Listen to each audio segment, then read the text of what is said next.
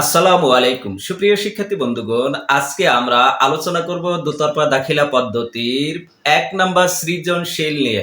তো ১ নাম্বার সৃজনশীল প্রশ্নটায় যে লেনদেনগুলো দেওয়া আছে সেগুলোর আগে একদম সার্জারি করব, এটা একটা বিশ্লেষণ করব যে এখানে কি কি আছে, তারপরে প্রশ্নগুলো অ্যান্সার করার চেষ্টা করব। তো আগে প্রশ্নগুলো দেখে আসে যে এই প্রশ্নগুলো কি চাইছে এবং কিভাবে সার্জারি করতে হবে।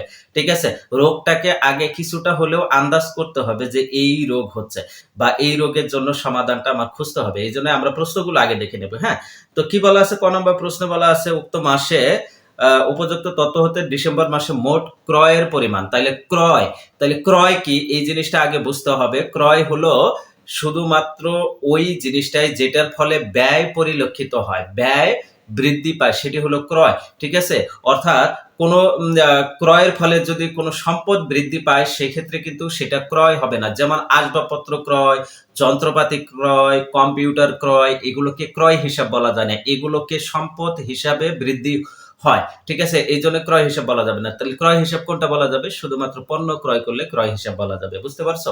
পণ্য ক্রয় করলে ক্রয় হিসাব বলা যাবে। তার মানে আসবাবপত্র ক্রয় যদি থাকে তাহলে এখানে আসবে না। খ নম্বর প্রশ্ন বলছে কবি অ্যান্ড ছবি ট্রেডার্স এর ডিসেম্বরের ১, ২৩, ৩০ তারিখে লেনদেনগুলো ডেবিট ক্রেডিট নির্ণয় করো। তাহলে আমরা প্রত্যেকটা বিশ্লেষণ করার সময় ডেবিট ক্রেডিট গুলো আমরা বিশ্লেষণ করব প্রত্যেক লেনদেন। ওকে, সমস্যা নয়। গ নম্বর প্রশ্ন বলছে কবি অ্যান্ড ছবি ট্রেডার্স এর ২৪ ডিসেম্বর তারিখে লেনদেন অবলম্বনে একটি ভাউচার প্রস্তুত করো। ভাউচার কেন প্রস্তুত করতে হয়? ভাউচার প্রস্তুত করতে হয় আয় অথবা ব্যয়ের জন্য। তো আয়ের জন্য ক্রেডিট ভাউচার এবং ব্যয়ের জন্য ডেবিট ভাউচার প্রস্তুত করতে হয়। ঠিক আছে, তো এগুলো আমরা করব, সমস্যা নেই। ওকে, তাহলে ১ নাম্বার সৃজনশীল প্রশ্ন কি হেডিং কি দেওয়া আছে দেখি, সেটা দেখি। ১ নাম্বারে বলা আছে কবি অ্যান্ড ছবি ট্রেডার্স। তাহলে কবি অ্যান্ড ছবি ট্রেডার্স এটি হলো প্রতিষ্ঠানের নাম। কিসের নাম? এটা প্রতিষ্ঠানের নাম। তাহলে দুতরফা দাখিলা পদ্ধতি অনুসারে যথাযথ প্রতিটি হিসাবে বই সংরক্ষণ করে। ওকে, ২০২৫ সালের ডিসেম্বর মাসে ব্যবসায় সংগঠিত লেনদেনগুলো নিম্নরূপ। তো ডিসেম্বরের ১ তারিখে কি লেনদেন হয়েছে একটু দেখি আমরা। বলেছে নগদ ১৫ লক্ষ টাকা মূলধন ব্যবসায় আনা হলো। তাইলে এখানে নগদ টাকা এবং মূলধন এই দুইটা হিসাব পেয়েছো। এখন বলো তো মূলধন বৃদ্ধি পাইছে না হ্রাস পাইছে? মালিক যখন ব্যবসায় কোনো কিছু বিনিয়োগ করে, টাকা যখন বিনিয়োগ করে, মূলধন হিসেবে বিনিয়োগ করে, তখন মালিকানা সত্ত্ব বৃদ্ধি পায়। তাইলে এখানে মালিকানা সত্ত্ব বৃদ্ধি পাইছো। অপরদিকে তুমি কি মালিক না তুমি কবি অ্যান্ড ছবি ট্রেডার্স? বলো তুমি কে? তুমি যখন ম্যাথ করবা তখন তুমি নিজেকে কি হিসেবে মনে করবা? তুমি তখন নিজেকে প্রতিষ্ঠান হিসেবে মনে করবা। তাইলে তুমি কবি অ্যান্ড ছবি ট্রেডার্স এখানে। হ্যাঁ, তাহলে কবি অ্যান্ড ছবি ট্রেডার্স হিসেবে তুমি নগদ ১৫ লক্ষ টাকা পেয়েছো। তার মানে নগদ অর্থ তোমার বৃদ্ধি পাইছে। তাহলে নগদান হিসাব এখানে এটা সম্পদ। সম্পদ ১৫ লাখ টাকা বৃদ্ধি পাইছে। অপরদিকে মূলধন হিসাব মালিকানা সত্ত্ব ১৫ লাখ টাকা বৃদ্ধি পাইছে। তাহলে সম্পদ বৃদ্ধি পেলে ডেবিট হয়, মালিকানা সত্ত্ব বৃদ্ধি পাইলে ক্রেডিট হয়। এটাকে যদি আমরা ডেবিট ক্রেডিটে কনভার্ট করি তাহলে নগদান হিসাব ডেবিট ১৫ লক্ষ টাকা এবং মূলধন হিসাব ক্রেডিট ১৫ লক্ষ টাকা। ওকে, ডিসেম্বরের ১২ তারিখে বলা আছে যে ২,৫০,০০০ টাকার পণ্য ধারে ক্রয় করেছি। দেখো পণ্য ক্রয় করেছি, পণ্য ক্রয় কি? পণ্য ক্রয়, তাইলে এটা ক্রয় হিসাবে যাবে। হ্যাঁ, ক্রয়ের আগে যদি পণ্য লেখা থাকে তাহলে ক্রয় হিসাবে যাবে। পণ্য ব্যতীত অন্য কোনো কিছু লেখা থাকলে অন্য কোনো সম্পদ যেমন আসবাবপত্র, দালান কোঠা, যন্ত্রপাতি, অফিস সরঞ্জামের কোনো আইটেম যেমন কম্পিউটার, স্টেশনারি বা এই সমস্ত জিনিস যাই কেনা থাকুক না কেন, পণ্য ব্যতীত যা কি ক্রয় করবে সেই হিসাবে হবে। ঠিক আছে, এখানে কিন্তু আহ হবে না, কি বলে, এখানে আর ক্রয় হিসাব হবে না। শুধুমাত্র ক্রয়ের আগে যদি পণ্য থাকে তাহলে ক্রয় হিসাব হবে। হ্যাঁ, তাহলে এইটার আগে পণ্য আছে, ক্রয়ের আগে পণ্য আছে, তাহলে এটা ক্রয় হিসাব হবে। ক্রয় হিসাবে ব্যয় বৃদ্ধি পায়। এখানে ক্রয়ের কারণে ব্যয় বৃদ্ধি পেয়েছে। অপরদিকে এই টাকাটা নগদে পরিশোধ করার দরকার, বাট নগদে টাকাটা পরিশোধ করা হয়নি। তো নগদে পরিশোধ না করা কারণে এখানে এই টাকাটা বাকিতে ক্রয় করা হয়েছে। তার মানে কি টাকাটা এখনো পরিশোধ করা হয়নি। কেউ তোমার কাছ থেকে টাকা পাবে, তাইলে কেউ তোমার কাছ থেকে টাকা পাবে এরকম মনে হলে সেটাকে পাওনাদার হিসাব বলা হয়। পাওনাদার হিসাবকে আরেকটি হিসাবে অভিহিত করা হয়, সেটি হলো প্রদেয় হিসাব। আর প্রদেয় হিসাব বা পাওনাদার হিসাব একটি দায় এখানে বৃদ্ধি পেল, তাহলে দায় বৃদ্ধি পেলে ক্রেডিট হয়, আর ব্যয় বৃদ্ধি পেলে ডেবিট হয়। তো ব্যয় কিভাবে বৃদ্ধি পেল? ক্রয় হিসাবে। তাইলে এইটাকে যদি আমরা ডেবিট ক্রেডিটে কনভার্ট করি তাহলে ক্রয় হিসাব ডেবিট আর পাওনাদার বা প্রদেয় হিসাব ক্রেডিট হবে। ওকে, ডিসেম্বরের ২৩ তারিখে নগদে 60,000 টাকার আসবাবপত্র ক্রয় করা হলো। দেখো এখানেও ক্রয় কথাটি উল্লেখ আছে, এখানেও ক্রয় কথাটি উল্লেখ আছে, বাট ক্রয়ের আগে আসবাবপত্র উল্লেখ আছে। তো আসবাবপত্র কি? ফার্নিচার, তোমার প্রতিষ্ঠানের ফার্নিচার বা আসবাবপত্র এগুলো সম্পদ। হ্যাঁ, তাহলে এখানে সম্পদ বৃদ্ধি পেয়েছে, এখানে ক্রয় হিসাব হবে না। ঠিক আছে, এখানে সম্পদ বৃদ্ধি পেয়েছে। কি সম্পদ বৃদ্ধি পেয়েছে? আসবাবপত্র। তাহলে আসবাবপত্র হিসাব একটা হলো। আর এই টাকাটা নগদে পরিশোধ করেছো, তার মানে নগদ টাকা কমে গেছে। নগদ একটা সম্পদ, তাহলে সম্পদ কমে গেলে ক্রেডিট হয়, আর সম্পদ বৃদ্ধি পেলে ডেবিট হয়। তাহলে নগদ টাকা কমে গেছে। এখানে আসবাবপত্র হিসাব বৃদ্ধি পেয়েছে, আসবাবপত্র ডেবিট হবে। নগদান হিসাব হ্রাস পেয়েছে, নগদান হিসাব ক্রেডিট হবে। ওকে, এরপর ডিসেম্বরে 24 তারিখে ম্যানেজার শাকিলাকে বেতন প্রদান করা হলো 48,000 টাকা, যেটার ভাউচার নাম্বার দেওয়া আছে 102। তাইলে এখানে বেতন দিয়েছি, কি দিয়েছি? বেতন। বেতন একটা ব্যয় হিসাব, ব্যয় বৃদ্ধি পেয়েছে, এখানে ব্যয় বৃদ্ধি পেলে ডেবিট হয়। তাহলে বেতন হিসাব ডেবিট। অপরদিকে এই টাকাটা নগদে চলে গেছে, তাহলে নগদ টাকা হ্রাস পেয়েছে। নগদ একটা সম্পদ, সম্পদ হ্রাস পেলে ক্রেডিট হয়, তাহলে নগদান হিসাব ক্রেডিট হবে। তো এখানে এইটার ডেবিট ক্রেডিট কিভাবে কনভার্ট করব? বেতন হিসাব ডেবিট, নগদান হিসাব ক্রেডিট 48,000 টাকা। এরপরে 30 তারিখে বলা আছে, ডিসেম্বরের 30 তারিখে নগদে কমিশন প্রাপ্তি 8,500 টাকা। তাহলে নগদে পেয়েছো, তার মানে নগদ টাকা বৃদ্ধি পেয়েছে। নগদ টাকা সম্পদ, সম্পদ বৃদ্ধি পেলে ডেবিট হয়, তাহলে নগদান হিসাব ডেবিট। আর কমিশন প্রাপ্তি, কমিশন প্রাপ্তি এটি হলো আয়, এখানে আয় বৃদ্ধি পেয়েছে, তাহলে প্রাপ্ত কমিশন হিসাব ক্রেডিট হবে। আয় বৃদ্ধি পেলে ক্রেডিট হয়, তাহলে প্রাপ্ত কমিশন হিসাব ক্রেডিট। আর নগদ টাকা বৃদ্ধি পেয়েছে, নগদান হিসাব ডেবিট হবে। এরপরে ডিসেম্বরের 31 তারিখে বলা আছে 5% বাট্টায় চেক দ্বারা পণ্য ক্রয়। দেখো এখানে ক্রয়ের আগে পণ্য লেখা আছে, তার মানে এটা ক্রয় হিসাবে যাবে। হ্যাঁ, তো এটাও ক্রয় হিসাবে যাবে। তো ক্রয় হিসাব বিভিন্ন ভাবে হতে পারে, চেকের মাধ্যমে হতে পারে, নগদে হতে পারে, বাকিতে হতে পারে, বা কিছু নগদ কিছু বাকি কিছু চেক এরকমও হতে পারে, সমস্যা নাই। কিন্তু ক্রয় হিসাব তখনই হবে শুধুমাত্র পণ্যের তার আগে পণ্য লেখা থাকলে, ক্রয়ের আগে যদি পণ্য লেখা থাকে তখন হবে।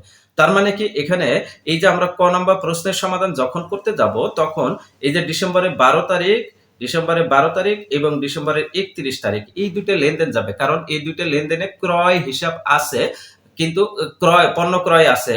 এই দুটো লেনদেনে পণ্য ক্রয় আছে বা ক্রয় আছে, তার আগে পণ্য লেখা আছে। হ্যাঁ, এই জন্য এই দুটি হিসাব যাবে। কিন্তু 23 তারিখেও কিন্তু ক্রয় আছে, বাট ক্রয়ের আগে কিন্তু পণ্য লেখা নাই, ওখানে আসবাবপত্র লেখা আছে। আসবাবপত্র একটা সম্পদ, এইটা ক্রয় হিসেবে অন্তর্ভুক্ত হবে না, এই জন্য এইটি যাবে না, 23 নম্বর যাবে না।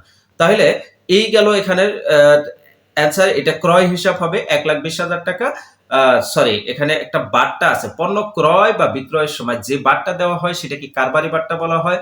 আর কারবারি বাট্টা যেহেতু ইনস্ট্যান্ট ডিসকাউন্ট দেওয়া হয়, এটার জন্য আর কোনো হিসাব রাখতে হয় না, তাহলে এই বাট্টার টাকাটা বাদ দিয়ে আমাকে লিখতে হয়। তাহলে 1,20,000 টাকার 5% হবে 6,000 টাকা। এই 6,000 টাকা বাদ দিলে 1,14,000 টাকা হবে। তাহলে ক্রয় হিসাব একটা ব্যয় বৃদ্ধি পাইছে, যার কারণে ডেবিট হবে। ক্রয় হিসাব ডেবিট 1,14,000 টাকা হবে। কেন? 1,20,000 থেকে 1,20,000 এর 5% বাদ দিয়ে দিছি। ঠিক আছে, আর এই টাকাটা চেকে পরিশোধ করেছি। চেকে পরিশোধ করলে ব্যাংক থেকে টাকা কমে যায়, ব্যাংক থেকে টাকা কমলে ব্যাংক হিসাব ক্রেডিট হয়। কি হয়? ব্যাংক হিসাব ক্রেডিট হয়। তাহলে এই ছিল প্রশ্নের আমাদের ওপেন হার্ট সার্জারি বলা যেতে পারে, বা বিশ্লেষণ করলাম আমরা। ঠিক আছে, একদম অপারেশন করে ফেললাম।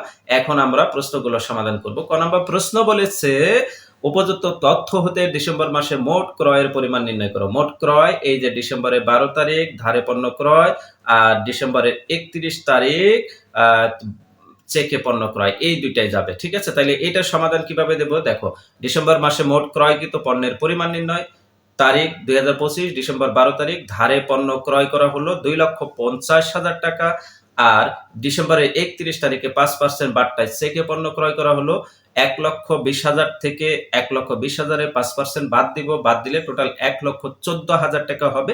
এই দুইটা যোগ করে দিলে আমার টোটাল ক্রয়ের পরিমাণ 3,64,000 হবে, মোট ক্রয়ের পরিমাণ।